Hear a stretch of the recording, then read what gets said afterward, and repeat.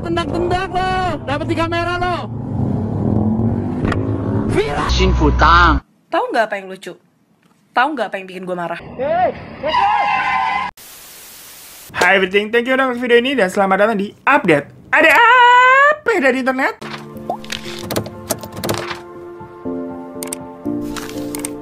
Hai geng, sebelum kita nge-review kelakuan orang-orang nih, gue mau nge-review baju yang lagi gue pakai dulu nih. Jadi sekali-kali kita kayak orang bener lah ya, nge-review bareng begitu. Nah, jadi ini tuh gue lagi pakai hoodie dari Classic and Basic. Kalian pasti udah tahu banget dong, kalau gue kayak sablon-sablon baju begini nih, bikin-bikin custom, itu di mana tempatnya? Ya bisa di Classic and Basic itu. Kualitasnya bener-bener sebagus ini, gengs. Dia bahan sablonannya tuh pakai rubber Amerika, yang kerang, tajam, dan gak gampang pecah kalau dicuci. Kualitas bahannya juga premium. Bahannya tuh adem kayak baju-baju di mall. Jadi di situ tuh ada t-shirt, jaket atau hoodie kayak gini. Mulai dari polosan atau bisa di custom-custom, mau pakai gambar, mau pakai tulisan, terserah kalian. Dan yang paling gue suka itu adalah prosesnya cepat banget, bisa 1 hari jadi, dan bisa satuan juga buatnya kayak gini, dengan harga yang murah meriah muntah. Apalagi nih modelnya ada yang kekinian nih, kayak ada stripnya gini nih, jadi lebih sporty begitu. Pokoknya kalian langsung aja follow Instagram mereka @classicandbasics. Dan seperti biasa, pokoknya semua infonya ada di link description di bawah ya. Hai gengs, kalian udah siap belum nih untuk nge-review kelakuan orang-orang di update kali ini?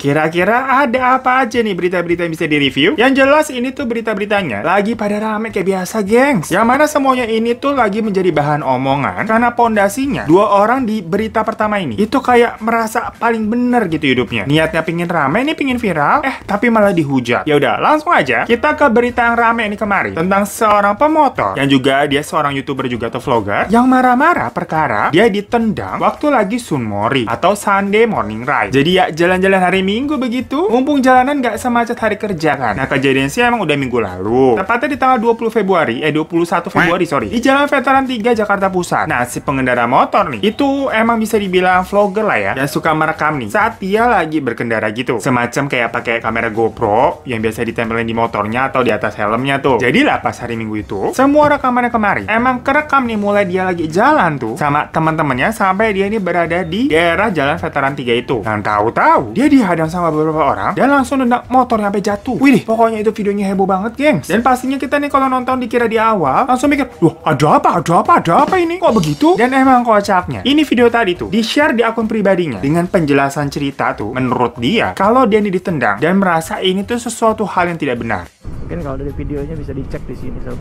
Nih videonya, sob. Berhasil kan putar balik. Nah, sementara gua tuh kayak diincer gitu kan. Nah, jebret, gua ditendang dia sampai bawa pistol lagi kan. Horor juga, bro. Udah brutal ya kan, bawa pistol, ya gimana gak senewan gua. Mungkin juga kita menganggap video ini tuh mengandung kekerasan sampai di akhir videonya tuh ada temennya yang kayak bilang gitu, teriak-teriak ke si orang yang penendang itu, "Udah gua rekam nih, viral!" gitu. Lo tendak-tendak lo, dapat di kamera lo.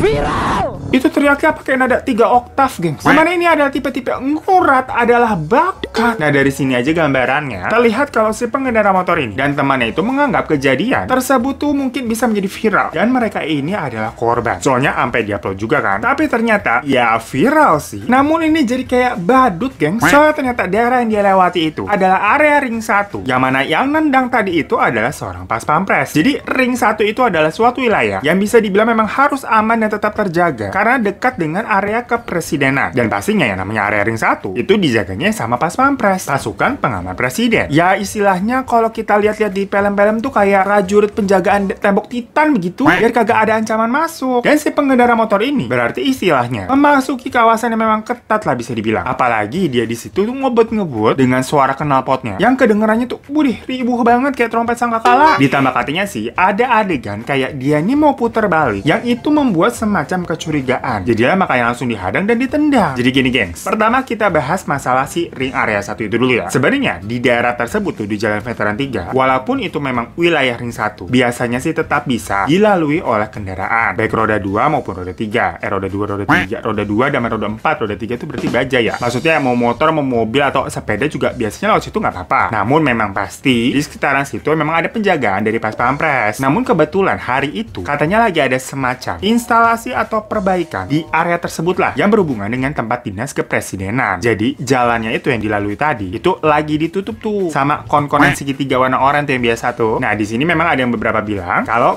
kon-kon tadi di situ tuh mungkin nggak full, nggak padat, jadi ada celah gitulah jarang-jarang yang memang bisa membuat pengendara motor itu lewat. Ya padahal gimana pun juga kon-kon itu tadi dipasang, itu kan dimaksudkan tidak boleh dilewati. Nah lalu si pengendara motor ini nerobos celah di kon itulah, mungkin nggak lihat atau nggak tahu atau gimana, pokoknya lewat. Soalnya memang ada kayak sepeda motor atau pengendara lain yang lewat juga. Terus tahu-tahu dia melihat ada banyak pas pampres di depannya, dia ini jadi panik dan auto putar balik. Nah disitulah si pemotor ini mungkin dicurigai. Kenapa kayak tahu-tahu muter balik gitu pas ngeliat pas pampres? Ya ala-ala maling, kepergok sama satpam gitu di depan, langsung lari, panik kabur. Atau misalkan kalian ini pada naik motor, nggak pakai helm terus SIM-nya mati misalkan. Ngeliat ada polisi di depan, udah pada panik kan lu? Pasti pada putar balik tuh. Nah tipe-tipe orang yang begitu tuh, yang kalau dari perspektifnya polisi atau kalau dalam kasus ini tuh pas pampres, pasti ngiranya, wah ini orang melakukan kesalahan nih atau ada apa-apa nih, curiga gitu maksudnya bawaannya. Soalnya kalau misalkan tidak salah, ya mungkin bisa jalan pelan-pelan aja, terus minta izin mau lewat, atau so-soan aja bego nggak tahu nanya, Pak boleh lewat sini nggak? Karena memang hal itulah yang dilakukan sama kendaraan-kendaraan lain. Ya udah jalan aja, tapi slow gitu pelan-pelan. Istilahnya permisi-permisi lah. Atau nanti misalnya kalau nyatanya memang tidak boleh lewat, paling kan ujung-ujungnya cuma disuruh putar balik doang. Nah kalau udah disuruh, beda cerita dong. Tapi kalau ini kayak baru setengah jalan tuh udah ngeliat ada pas pampres, lagi ngebut dia, terus suara knalpotnya juga ngajak ribut, udah langsung putar balik kayak mau kabur gitu. Ya curiga lah, makanya langsung dihadang dan ditendang. Kenapa ditendang? Karena memang itu tugasnya pas pampres untuk mengamankan area ring 1 dari sesuatu yang bisa dianggap ancaman. Dan itu memang ada undang-undangnya loh. Kalau pas pampres ini bisa melumpuhkan sesuatu atau berhak melumpuhkan sesuatu yang memang dianggap ancaman. Jadi karena si pemotor ini tuh dianggap ancaman, soalnya kan nggak tahu nih itu siapa dan mau ngapain. Karena tadi gelagatnya kayak ketakutan, panik dan langsung kayak mau kabur. Ya maksudnya kalau suuzonnya kan namanya pas pampres harus siaga. Takutnya si pemotor ini misalnya emang punya niat jahat atau gimana gitu kan. Ya jadinya ditendang itu sebelum dia kabur, buat ditangkap dulu untuk diperiksa lah istilahnya. Lah kalau cuma diteriakin, mas berhenti mas. Kalau itu emang penjahat ya, lah kagak mungkin berhenti pasti kabur. Lu aja kalau lagi ditilang polisi, terus polisinya ngelengos sedikit, lah langsung ngacir lu, ngaku lu pada. Jadi intinya di sini, tindakan pas pampres dinilai bukan semacam dikategorikan sebagai tindakan kekerasan, melainkan memang kayak semacam bentuk pertahanan aja. Karena ya emang begitu, nama juga ring 1, keamanan presiden pasti dijaga banget. Dan malah menurut infonya, seharusnya hal-hal seperti itu tuh bisa dilumpuhkan dengan cara ditembak loh gengs. Jadi itu ditendang doang, istilahnya udah paling ringan untuk menghentikan si pengendara motor. Namun pada saat hari kejadian tersebut, sewaktu akhirnya si motor ini pergi, dia ini kayaknya belum ngeh dan tahu kesalahannya tuh apa. Makanya dia upload dah itu videonya yang ada teriak-teriak kayak viral gitu. Padahal video yang dia upload itu sama aja kayak video zong buat dia nggak sih? Maksudnya orang dia yang salah ngapain disebar-sebar, dibeberin ke publik? Yang mana mungkin dia awalnya merasa dizolimi karena yang nggak tahu kesalahannya dan tidak nyari tahu dulu masalah aturan melewati daerah ring 1 tadi. Jadilah itu malah dihujat. Jadi niatnya pengen viral dan semacam kayaknya nih gue bakal dibela nih sama netizen untuk mengangkat kasus ini. Malah dia sendiri yang jadi kasusnya kan. Wow. Abisnya sih kebel viral. Pas ini awalnya nih mikirnya nih, wah gila. Gue ada konten cakep nih. Kerekam pula adegannya kan di video. Nah yang begini-begini kan ya biasa lah. Dan akhirnya, tapi ini masalah udah selesai ya gengs. Dengan permintaan maaf dari si pemotor yang ujung-ujungnya ya minta maaf lah. Damai tapi. Karena akhirnya dia bilang mengetahui kalau yang dia perbuat itu salah. Sebenarnya sesimpel ini aja sih gengs. Gak usah ribet permasalahin. Itu jalan ditutup atau biasanya boleh dilewatin orang kok. Nah lu lewat situ aja tapi pakai sopan santun kan bisa. Kagak pakai ngebut-ngebut. Terus nggak usah pakai juga suara trompet sangkakala tadi. Itu juga pasti ujung-ujungnya kejadiannya nggak bakal sampai ditendang. Kalau jalannya ini pelan-pelan, sopan, terus ketemu sama pas pampres, karena memang nggak tahu gitu misalkan itu daerah ring 1, ya mungkin aja kan. Paling ujung-ujung cuma ditanya-tanyain, ditegor, terus emang kalau nggak boleh lewat disuruh puter balik, selesai. Lah ini ngebut-ngebut, terus suara knalpotnya begitu, jangan kan lewat ring 1, lewat jalanan biasa aja, itu banyak disumpahin orang lu. Dibilang itu semoga jatuh tuh ntar di jalan tuh berisik banget, kan begitu. Nah by the way tapi buat kalian yang suka melewati daerah tersebut, atau mungkin daerah kantornya di sekitaran situ ya, boleh dong komen-komen di bawah. Biasanya sistemnya tuh kayak gimana sih? Nah, kita bahas satu video lagi yang lagi jadi omongan yuk. Tapi sebelumnya gue mau disclaimer di awal. Kalau di sini gue tidak ada maksud apapun yang mengarah atau membuat ini sebagai bentuk rasisme ya, gengs. Jadi kita bahas secara general dan open-minded aja. Soalnya kasus ini tuh ada sebuah video TikTok yang heboh nih tentang seseorang yang marah dan merasa kalau dia bilangnya sih komunitas dia itu merasa tersinggung karena menjadi bahan jokes atau bahan bercandaan yang berbau rasis. Jadi gini, di TikTok itu sekarang tuh ada lagi rame kayak orang-orang tuh membuat sebuah video dengan tema kayak menanggapi omongan omongan orang yang julid atau kayak underestimate gitu ke kita. Pokoknya ada template-nya tuh sama semua dengan background musik yang sama juga. Misalkan ada statement apa atau cibiran orang apa, terus nanti dijawab atau ditanggapi. Nah, ada yang membuat ini kayak serius, yang maksudnya antara cibiran dan jawabannya itu match ya. Tapi ada juga yang kayak mempleseti, bikin komedinya. Kita lihat dulu, gue kasih contohnya yang kayak serius itu maksudnya kayak gimana. Kapan nikah? Si itu aja udah nikah. Nanti keburu tua loh. Bacot. Bacot. Terserah gue mau nikah kapan. Kecuali mau bayarin catering, gedung, lusa gue nikah. Bacot. Nah, jadi yang maksudnya serius adalah kayak gitu, gengs. Jadi statement atau cibirannya itu dijawab dengan jawaban yang berhubungan. Intinya kayak normal lah. Nah, tapi kalau yang diplesetin atau dibuat komedi, kayak gini contohnya. Sok-sokan pengen liburan ke Afrika Selatan, padahal nggak bisa bahasanya. Samina-mina, waka, samina-mina, sakai, Nah, di dalam yang bentuk komedi itu, banyak nih yang buat dalam beberapa versi negara. Misalnya kayak dicibir, kayak di underestimate, mau ke Korea tapi nggak bisa bahasa Korea, mau ke Jepang tapi nggak bisa bahasa Jepang, atau mau ke Afrika tapi lu nggak bisa bahasa Afrika. Nah, yang sebenarnya itu tuh jawaban-jawabannya kayak apa ya, membagongkan diri sendiri atau sengaja memperlihatkan lah emang gua kagak bisa bahasanya, makanya pakai kata-kata dari lirik-lirik lagu atau nama-nama brand yang terdengar seperti bahasa asing dari negara yang dituju itu kan. Karena banyak orang yang dibikin versi negara-negara yang berbeda-beda. Ada satu nih yang bikin versi negara China yang cibirannya kayak lu mau ke Cina tapi nggak bisa bahasa Cina, terus dijawabnya begini. Sosokan mau ke Cina tapi nggak bisa bahasa Cina. Xin futang, si boba. Bento. Nah, pokoknya itu tuh konsepnya sama persis ya, gengs. Ngomong pakai nama-nama ngasal yang terdengar seperti bahasa asing dari negara yang mau dituju. Dan yang tadi dia sebutin adalah itu nama-nama dari brand-brand minuman boba. Sama ada satu nyasar situ Hokben, yang mungkin kayaknya dia salah aja sih. Nggak tahu kalau Hokben itu sebenarnya Jepang, bukan dari China. Dari Indonesia sih, tapi maksudnya namanya nama Jepang. Cuman yang jadi masalah, hal itu ternyata dianggap rasis oleh seorang wanita ini. Yang dia ini menimpali bikin video komentar mengenai jokes lucu-lucuan tadi. Videonya kayak gini. Tahu nggak apa yang lucu? Tahu nggak apa yang bikin gue marah? Lu suka kulit putih gue, lu suka makanan gue, lu suka angpau gue, tapi abis itu lu hina-hina bahasa gue, lu hina-hina bahasa gue yang bagian dari budaya gue. Terus buat minta maaf, lu cuma ngomong, maaf ya, gue nggak ngerti artinya, gue cuma ikut-ikutan tren. Abis itu lu nggak take down videonya, gara-gara views sama likes-nya banyak.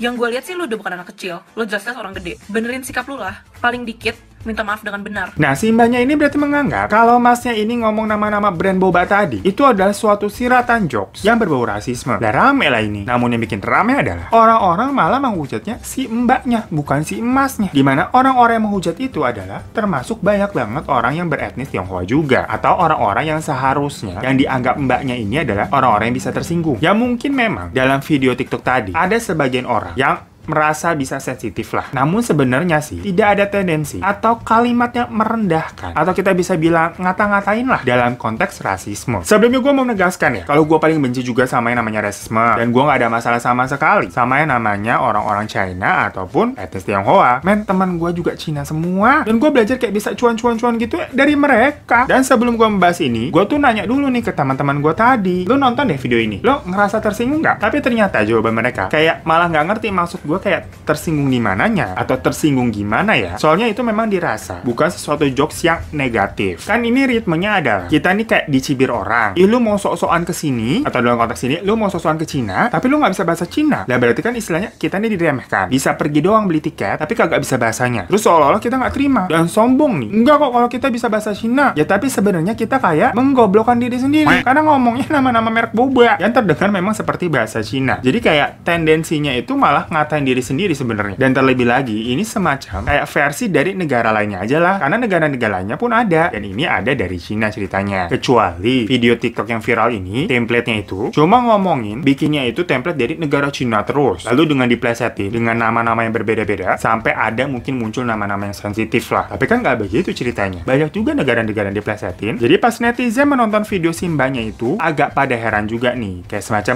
Loh kok ngamuk? Karena uniknya dalam kasus ini, yang gue lihat banyak banget orang-orang yang juga beretnis Tionghoa yang malah bilang kalau mbaknya ini mungkin salah tangkap atau terlalu baper. Ya tapi tingkat kebaperan orang itu memang beda-beda ya. Tapi di sini kan mbaknya itu kayak memang marah-marah dan kayak membuat video terbuka ngelabrak si masnya di TikTok. Nah gue juga sebenarnya itu akan berpikir 2 kali dan nggak menganggap mbaknya ini baperan. Kalau banyak nih orang-orang yang merasa itu tuh sesuatu yang menyinggung dan merendahkan, terlebih lagi misalkan opini-opini tersebut datang dari orang-orang yang berkepentingan. Ya makanya gue di awal juga sampai nanya dulu nih ke teman gue yang memang rata-rata juga China semua. Misalkan kalau mereka ini pas nonton merasa tersinggung, oh berarti gue akan menganggap memang ini sensitif. Yang mungkin orang-orang yang bukan beretnis Tionghoa itu tidak bisa merasakannya. Tapi kalau dari sebagian banyak orang yang etnis yang dibawa-bawa aja itu tidak merasa, kayak menganggap malah hal itu tuh lucu, ya makanya gue mungkin di sini beranggapan ada sesuatu yang terlalu berlebihan. Karena pertama, mbaknya ini tuh membawa-bawa kata-kata komunitas gue katanya, yang mungkin dimaksudkan adalah etnisnya dia. Namun ternyata banyak juga nih orang-orang dengan etnis yang dimaksud itu nggak sependapat sama dia. Lu nggak bisa panggil komunitas gua sensitif. Lu nggak bisa gitu, coy. Jujur gue speechless. Sumpah beneran. Konten kreator tersebut tuh cuman nyebutin nama brand doang. Nih gue etnis Chinese nih. Dan lo tuh berusaha mewakili kita semua nih orang sebagai orang Chinese. Tapi nggak make sense sama sekali. Nggak pas ada kerusuhan Mei 1998. Nah, nih, udah ngomongnya mulai ngaco nih. Bawain kerusuhan 98, sekarang ngomong komunitas Chinese. Nah, jadi dia ini terkesan mau mewakili suatu kelompok, tapi sebenarnya itu tentang personal dirinya sendiri. Sampai simbahnya ini juga bawa-bawa masalah kerusuhan yang dulu-dulu. Untuk sekarang nggak tahu sih, apalagi untuk para millennials nih, yang pada main TikTok itu. Kalau hari gini kan kayak pada ngerasanya, lebih penting kita sama-sama semuanya orang Indonesia gitu nggak sih? Lu mau temenan sama siapa juga? Kagak peduli kan sekarang mau dari mana, dari suku apa, etnis apa lah, bodo amat. Selama kita ngomongnya nyambung ya hayu main. Dan ternyata orang-orang pada nonton video itu ya slow-slow aja. Tapi mbaknya ini mengatasnamakan komunitasnya, nggak tahu juga siapa itu yang dimaksud komunitasnya. Dan kesannya malah kayak semacam memancing keributan. Dan malah dia sendiri yang kayak membuka suatu rasisme gitu nggak sih? Sampai bilang komunitas. Cuman ya nggak tahu ya. Menurut kalian aja gimana deh, bebas komen di bawah. Tapi jangan pakai kata-kata kasar atau pakai kata-kata rasis ya please. Nah cuman kocaknya di sini ternyata mbaknya ini juga pernah membuat suatu konten yang lucu-lucuan. Tapi sama aja bisa dianggap sensitif karena dia ngejokes tentang agama Islam. Bestie vibes only, bestie vibes only, bestie vibes only, bestie vibes only, Nah, jadi menarik nih, sama mungkin bagi sebagian orang, video yang ngomong merek-merek dari boba tadi itu dianggap menyinggung atau sensitif. Nah, tapi ternyata simbahnya itu juga membuat video yang kayak pakai muka gitu yang, lah bagaimana itu? Maksudnya berarti kita harus selalu ngaca dulu lah sama kelakuan diri kita sendiri nih. Kalau belum bener-bener aman atau masih minus nih kelakuannya, ya udah kalem-kalem baik, gak usah ngegas atau membuat suatu opini pribadi yang mengatasnamakan suatu kelompok yang jadinya malah bikin kisruh dan ada tendensi memecah kubu. Yang tadinya nggak apa-apa, lah malah bisa beneran jadi rasis kan serem. Nah, karena banyak orang yang jadinya ngehujat si mbaknya, dia sampai nguci akunnya tuh. Ya semoga nggak kena mental breakdance ya. Namun kalau udah dari awal nih udah berani speak up dan beropini, harusnya udah siap juga sih menghadapi netizen dengan segala pendapat dan opininya mereka. Kan udah dewasa. Nah, tapi menurut gue pribadi, ya mbaknya ini sebenarnya ya nggak apa-apa juga. Dalam beropini itu kan memang bebas. Apalagi ya opini juga dibalasnya dibuat konten TikTok sama dia. Jadi sama-sama buat konten begitu. Karena kata gue bilang, hal tersebut memang tidak menutup kemungkinan kalau ada orang-orang yang merasa sensitif terhadap hal-hal tersebut. Tapi mungkin malah penyampaiannya yang malah menggiring orang ke dalam suatu hal yang rasis. Dan ternyata dia pun juga melakukan hal serupa di video sebelum itu pun. Kayak, ya gimana dong? Namun kalau untuk video, ngomongin merek boba itu sih, ini tanggapan gue aja ya, pribadi. Itu gue melihatnya atau mendengarnya tidak ada tendensi menjelekan atau menghina sama sekali. Cuman kalau itu dianggap bahasa Cina, ya iya emang. Sama aja kalian pernah nonton film Scary Movie nggak? Itu tuh ada adegan setan. Yang setannya dari Setan the Grunge, itu kan film dari Jepang. Nah, karena film Scary Movie ini komedi, itu jatuhnya si setannya ngomong sok-sokan Jepang. Tapi kalimatnya itu cuma Yamaha, Honda, Daiso, terus udah ngilang. Karena emang buat lucu-lucuan sih, dan itu adalah merek-merek Jepang yang sangat terdengar bahasa Jepang. Dan gak ada yang salah juga sama merek-merek boba tadi lagi pula. Namun seperti biasa, ya namanya bukan update kalau kita nggak diskusi rame-rame. Jadi boleh komen di bawah ya, pendapat kalian tuh gimana? Dan kalau gue ada salah-salah kata juga, ya mohon maaf. Soalnya gue tahu ini hal yang cukup sensitif. Jadi kalau emang ada salah, tegur aja di bawah. Next ini ada video yang jauh lebih bikin emosi daripada dua berita video tadi, dimana ada sekelompok bocah-bocah atau anak-anak yang menghadang truk lagi di jalan untuk minta tumpangan. Jadi emang sih kalau zaman dulu itu banyak deh tuh kalau ada truk-truk gede lewat, suka ada banyak anak yang minta nebeng. Tapi setahu gue caranya juga kagak ekstrim. Kalau zaman dulu ya paling ngasih tanda gitu kayak berhentiin angkot di pinggir jalan. Nah nanti truknya kalau emang mau ditebengin itu bakal ngurangin kecepatannya gitu pelan-pelan, tapi masih sambil jalan karena nggak bisa langsung ngerem ya. Nah nanti anak-anak tadi tuh lari ngejar truknya ini, terus naik deh dari bagian belakangnya. Nah ini ada video viral dimana anak-anaknya tuh sekarang ngehadang udah kayak jagoan, kayak mau ngerampok di tengah jalan yang emang minta ditabrak. Maksudnya dikata itu truk bisa ngepot atau ngerem mendadak begitu kayak di film-film kan enggak. Kalian nonton dulu deh nih videonya.